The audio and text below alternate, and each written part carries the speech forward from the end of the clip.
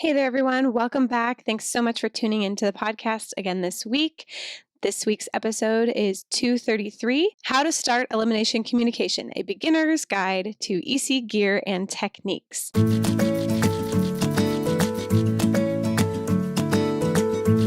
Before we get started, I want to remind everyone that it is Go Diaper Free Week, our 11th annual Go Diaper Free Week.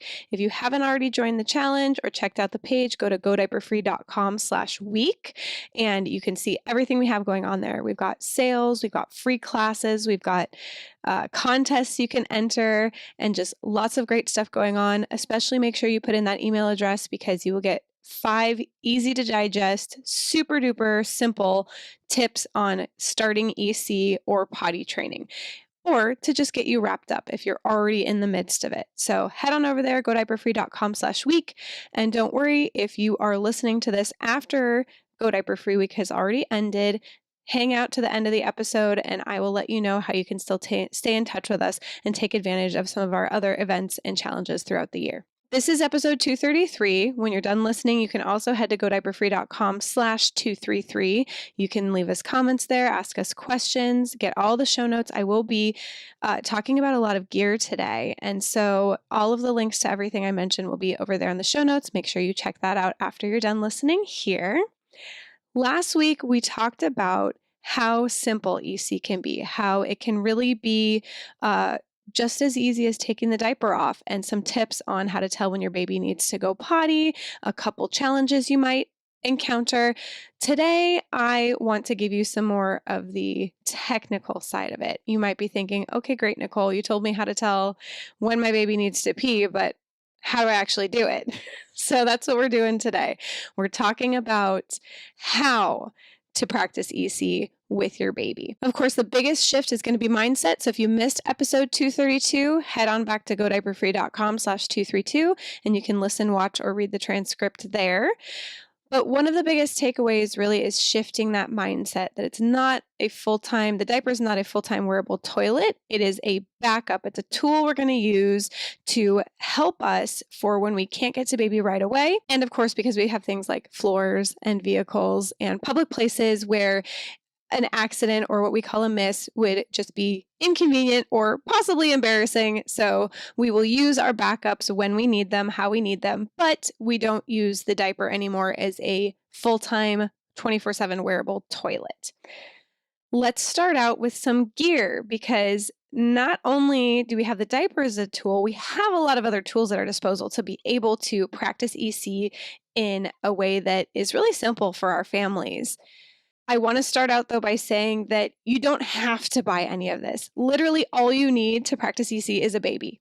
That's it. And somewhere to put their pee or poop, which we all usually have in our homes, like a sink and or a toilet. But I will link episode 108 here, and this is DIY EC, doing EC on a budget, where you can make some of your own supplies or use some of the things you already have around the house. It was a guest post from one of our community.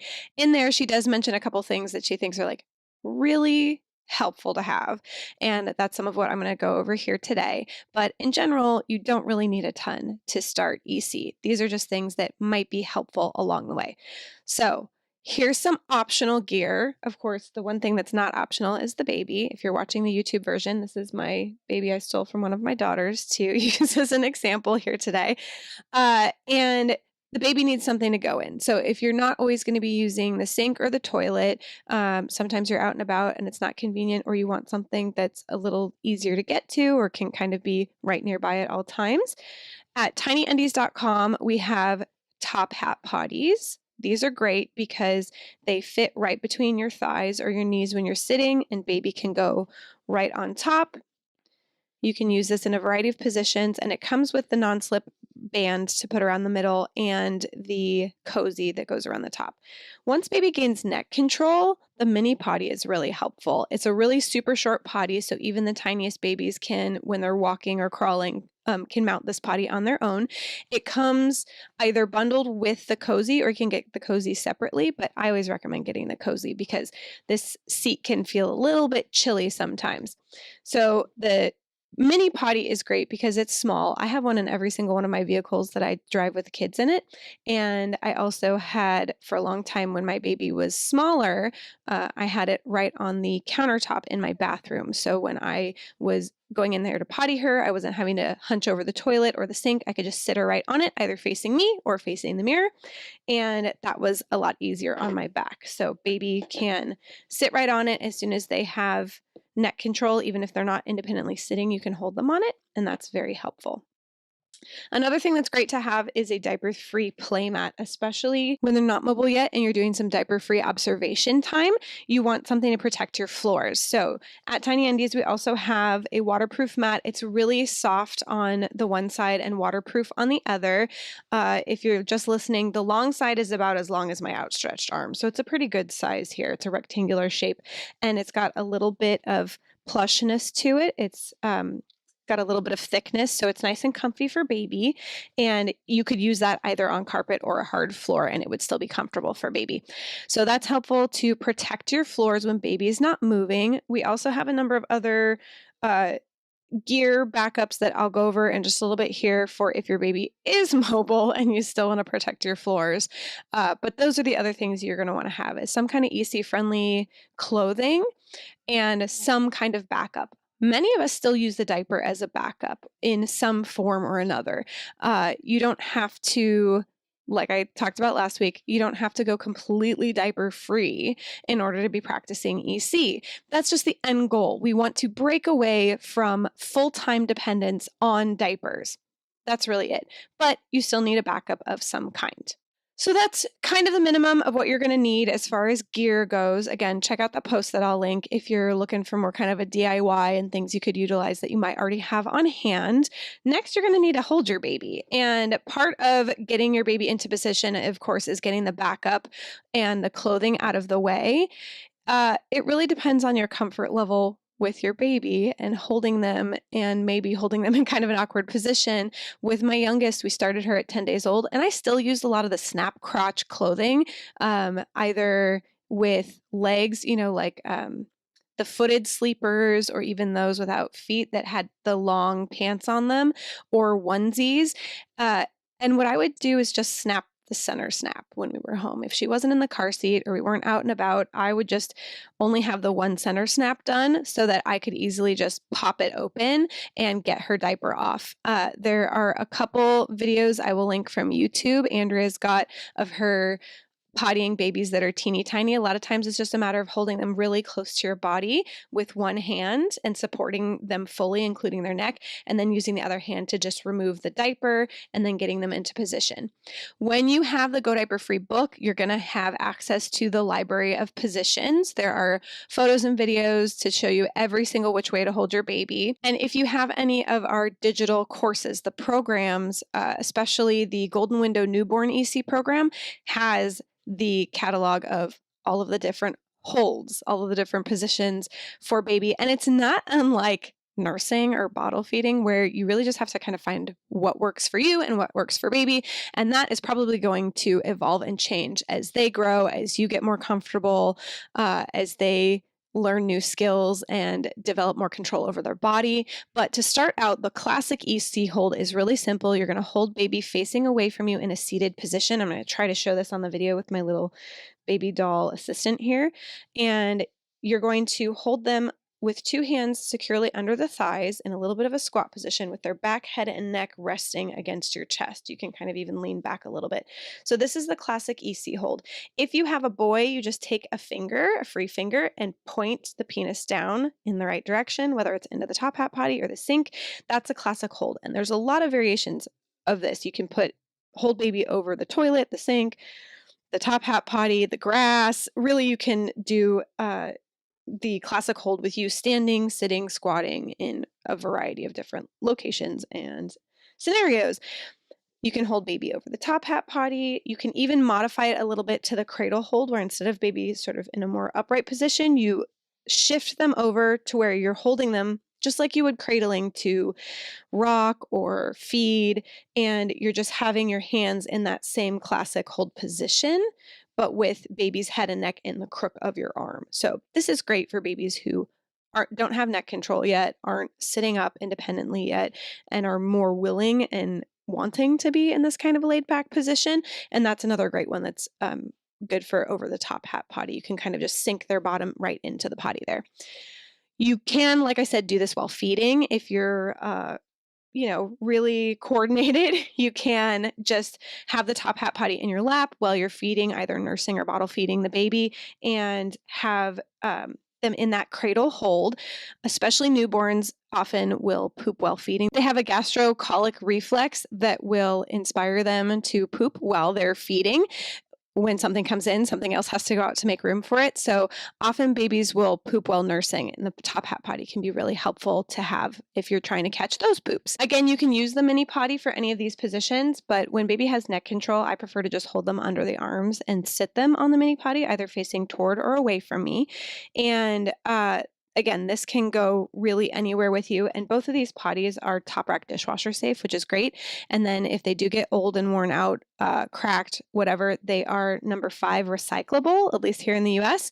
And I've had this one since, I believe, 2018, and it's in great shape. So they're really going to last you a long time. I'm going to link a blog post that has a lot of pictures in it, how to hold your newborn over a potty, because that's, I think, what most people have difficulty with, is how to get their newborn in position. Most of us understand that when a baby is independently sitting, that they're just going to sit on a potty. It just has to be the right size for them. But if you're having trouble figuring out how to hold that baby in the car, on the go, at home, while feeding, go ahead and check out that post, and I will link that in the show notes over at godiaperfree.com/233. The next thing I want to go over quickly is appropriate clothing for EC. I mentioned that there are a couple of different ways that you can make EC a little bit easier for yourself with the clothing. When you have snaps, again, I just only snap a few of them, or try to get those that have the smaller snaps. There's some that have really heavy duty snaps, and they can be really tough to undo, especially one-handed if you're already holding the baby. But at Tiny Undies, we do have the split crotch pants, and many countries where EC is still very commonly practiced, children are put in split crotch pants as soon as they can walk, and it simply is just pants with no crotch in it, exactly what it sounds like. The one at Tiny Undies has this great little Velcro on it. There you go for sound effect. And it's easy to get on and off, and they are very soft and cozy. So they just have an opening there for baby. You can either have a diaper over this whole thing, you can have them diaper free in this. You wouldn't really use this with undies or trainers because you'd have to get one or the other all the way off. But this is great for either putting a diaper back up on over it, or having them diaper free in the pants when it's a little bit chilly out. The DIY post that I mentioned earlier, I believe, does have some instructions for making your own. Many people just get some secondhand or thrift store baby pants and make their own split crotch pants. It's pretty simple and easy. I like to put my kids in shirts, and often like just the diaper or the backup, especially when it's warm out. But if you want to have something on the bottom, you can do pants that are a size up. If you're working with clothing manipulation, your baby's getting towards potty independence and wrapping up EC, the bigger pants, especially the elastic waist pants, are great because that's easier for them to get on and off. You want to avoid like the tight spandex leggings and things like that. They're adorable, but when you're around the house and you're wanting your baby to get their pants off by themselves, you're going to be looking for saggier, maybe sweatpants, something that's really easy to get on and off, and possibly in a size up. Leg warmers are great, of course, for cold weather. I also will link an episode 114 that talks all about pottying in cold weather and how to bundle baby up and still have easy access. I even did see a post on Instagram by, I believe, one of our coaches, or at least one of our affiliates, that was talking about what I call a bunny suit. It was a snow suit that had access to be able to potty in cold weather. In a way, it sort of had like the split crotch idea, but there was some fastener there. So you just opened it in the bottom and her daughter could sit and potty. So if I can find that, I'll also link that in the show notes. That was just an afterthought. The footed pajamas, as I said, what I do is just not snap them all the way. If they don't have feet, I usually leave the snaps done around the ankles and just the one in the middle and the crotch. And that way I can unsnap the middle snap and just slip the legs off of the baby's feet, but they also have footed pajamas now that have zippers that are the two-way zippers. So not only does it zip down from the top, it zips up from the bottom and you can just get baby's feet out. I would have loved to have those with my first. He was born in December. The zipper only went one way. So if you can find those footed pajamas, if you're pregnant and you're asking for clothing from people, tell them if you have footed pajamas with zippers, make sure it's a two-way zipper because that's going to be so much easier, even just for diaper changes. And really that's it for EC-friendly clothing. In the end, there's no rules. It's whatever works best for you and is easiest for you and your baby to practice EC. So let's cover backups quickly. Backups, again, are just what you're going to have on your baby's bottom when you don't have a diaper on. And the diaper really is a backup when you're practicing EC because you've shifted that mindset. There are a variety of different styles that we have at Tiny Undies. We have just the regular undies. This is the Learn style with the bear on it. And this is great because it's got the orange patches where you can show baby to grab to push pants down or pull them up. The bear is upside down, so it's facing them. So it makes it a little bit easier for them to understand which way is up, and the leg holes are different colors. So those are great. We have them not only in the undies, but in the trainers as well. They have this padded area in the crotch, and that is going to, like a cloth diaper, as you wash them, kind of fluff up and be a little bit more absorbent. They're going to be absorbent the first time, but it's usually a good idea to prep them a little bit. So these are going to hold usually a medium-sized pee. Tiny Undies really is kind of a niche. You could get just undies and trainers from the store, the generic ones, but usually they're gigantic, especially if you've either got a slimmer or more petite kiddo, or if you're starting, say, at 6 months or 12 months with undies and trainers. Often, especially the leg holes on the store-bought brands are really big, and the padding in the crotch tends to be more synthetic, and so the pee doesn't really absorb into it very quickly, so it'll just kind of like leak right out the leg hole. With my oldest, we got just store-bought trainers, and we had an incident where the poop totally skipped the undies and went straight out his leg hole when he was just wearing the trainers. So these are a lot better at Tiny Undies if you want to keep everything contained and actually protect your flooring. They also, if you have a child that has a little bit more thickness to their thighs, because those leg holes can be kind of small, you can go with the tiny boxers. These are fantastic. The leg holes are a little more generous. They don't have that same elastic around them. And these are unisex. They're fantastic. They don't have the weird little pocket in the front for boys because almost every boy just pushes the undies down. They don't use the little pocket to try and get through, and that's usually pretty difficult, especially when they're young. So these are unisex. They don't have any hole whatsoever, and these are a pretty generous size. My 5-year-old is still in the 3T. He is more slim, and I'm trying to convince him to trade up to the next size, but he just loves them too much. He doesn't want to let go. So these are the tiny boxers, and they come in 4 colors, and they're really nice and cozy and soft as well. For a more waterproof option, you can layer either the wool ups. Wool is naturally water resistant, or the tiny ups, which are the cloth diaper cover that are waterproof, and they're fleece lined with these great little snaps on the side. If you have a poop miss, they're a lot easier to get off. You can layer either of these over undies or trainers, or just use them independently. A lot of people like to use the wool ups for nighttime. And in the resources in the Go Diaper Free book, in the appendices, there is a list of all of the different backups and kind of in order of most absorbent to least absorbent. Really, at the end of the day, what you want to choose for you and your baby is, number one, what helps your baby stay dry the longest. So something that they are not too comfortable peeing and pooping in. Although, take a look at the book and some of our other resources to find out what phases they're probably going to be fine sitting in their own pee. They go through some developmental leaps where they're willing to just kind of ignore it. In general, you're looking for something that they're going to avoid peeing in most and is going to encourage them to give the strongest signals, to give off or try to communicate with you that they need to go pee or poop. Almost all babies will continue poop signals through any of the potty pauses or the other developmental leaps, but here and there you do have a baby that is a little bit of a stealth pooper. So that's just the rule in general, is to try to find something that works for keeping your baby as dry as possible and helping them to signal the strongest and the most often. And again, as with everything, it's going to ebb and flow as you continue through on your journey, as they develop, as they learn new skills, and as they get more independent with the potty process.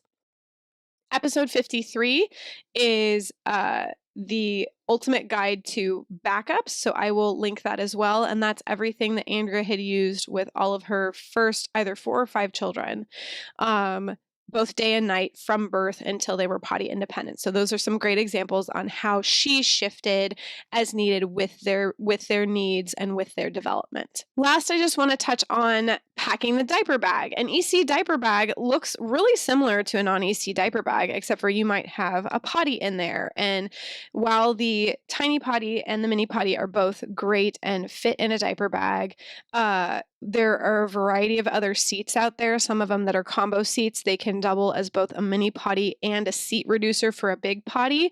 So that a popular one is the Potette Plus. You can get reusable or disposable liners for that one as well. So I'll link that. But I think that even if you're not practicing EC, you should have a wet dry bag. And you can find these at Tiny Undies as well. If you're not familiar with these, they are waterproof in this larger compartment. This is the wet side. And the larger compartment is where you're going to put anything that's soiled, but you can also keep dry items and the fresh, clean backups or clothing in the dry part, in the smaller pouch. Right now, this is my diaper bag with my 18-month-old. I don't bring a whole thing. I just bring the wet dry bag with a couple extra pairs of undies or tiny ups, depending on what we're doing. And I actually put our folding toilet seat reducer right in the wet side. Because I just feel like that's an appropriate spot for it. So always have a wet dry bag with you, or at the very least have a roll of those disposable diaper trash bags with you. What's funny is if you own a dog, you know that those are pretty much identical as the dog poop pickup bags. So when I have those around the house, I just use those. But there are some times when you have just a giant mess that you don't want to get close to anything else, or you can even, just like you would pick up your dog's poop, put your hand in it like a glove, grab the poop out of the mini potty or top hat potty and fold it in on itself, dispose of the poop, and then pour out the pee under a bush, in a sink, wherever you need. So if you're having to clean up the mini potty from a poop mess, those disposable bags are great to have. And those are really important to have if you don't have a wet dry bag, because at some point you're going to probably have a miss and you're going to want something to keep the wet stuff away and separate from all of the dry stuff. Obviously, extra clothes and extra backups, just like you would if you were packing a diaper bag. And for those of you who have already brought a child through potty training, this probably sounds really similar to that. Once you graduate out of the diapers, your diaper bag is still kind of there. It might have snacks and other things in it. It just looks a little different. You might have a potty seat. You might have some extra clothes, maybe even an extra pair of shoes if you think your child might have a miss and might need to change their shoes. And you also will want to go to our website and check out the EC While Out and About mini course. If you want to practice EC on the go, which some of us find it a little bit easier, there's not all these distractions as there are at home. And so you can sometimes focus a little bit more on your kiddo, or if you're planning to travel, that mini course is great for just giving you a primer on how to go about EC while you're out and about, when to offer your potty tunities, what to pack, etc. And that's it, folks. Those are the nuts and bolts. Today, we've covered what equipment and gear you need to get started, how to hold your baby, clothing, backups, and even what to put in your diaper bag. I want to encourage you to try out these tips and just, again, like we talked about last week, just give it a try. Take the diaper off, and there you've started. Start with one of the easy catches that we covered last week. Again, that was godiaperfree.com/232. You can go back to that beginner's guide episode on how to tell your baby needs to potty and when to take them. And the technical side of it that we talked about today will help you figure out how to kind of do that as well. Now we want to hear from you. What gear or techniques have worked best with you in your EC journey if you're practicing already? And if you aren't, or you got some new ideas today, what are you going to try? Is there a gear item that you think might be helpful? Is there a hold that you haven't tried yet that you think might get you over that hump? I want to encourage everyone to just take whatever they think will work for their family and leave the rest. EC is so flexible. You really can find a way to work it in, even part-time, to any lifestyle. And I hope you found some way to do that here. Thank you so much for tuning in today. We would love to have you subscribe to our newsletter. So go to godiaperfree.com/start. You're going to get an easy start guide there, totally free to help you on your way getting started with your EC journey. You're going to join our mailing list, and I promise you, we do not believe in spam, so don't worry about that. And what that will get you is notices for all of the challenge weeks we have throughout the year. Again, if you're listening to this after Go Diaper Free week, please sign up for the email list, because you will find out about all the sales we have, all of the events we have, and the challenges and any new resources we come out with. You will be the first to know. So make sure you go to godiaperfree.com/start. If you are potty training, or you're getting close to wanting to potty train because your child's almost at that 18-month mark, still go to godiaperfree.com/start, and at the bottom of the page, you'll see where to click to enter your email for potty training, and we'll make sure you get all of the news on all of the potty training resources there. If you are listening to this during Go Diaper Free week, I hope you're participating in the challenge, and I hope it's been encouraging to you. Again, go to godiaperfree.com/week and check out everything we have going on there. Everything I mentioned here today that's available at tinyundies.com is on a sale for this week. So please make sure you head over there and check that out. And again, if it's later than Go Diaper Free week and you join our mailing list, you will find out about all of the sales we have on this amazing gear. It is really helpful. After 3 kiddos, I can tell you, yes, you can practice EC with nothing. And a lot of this stuff is just so simple, really helps to simplify the process for you. Next week, we will be talking about surviving potty meltdown. So I hope you tune in for that episode too. Go to godiaperfree.com/233 to let us know if you have questions on this episode on the gear and techniques for EC. And thanks again for tuning in. We will see you next time.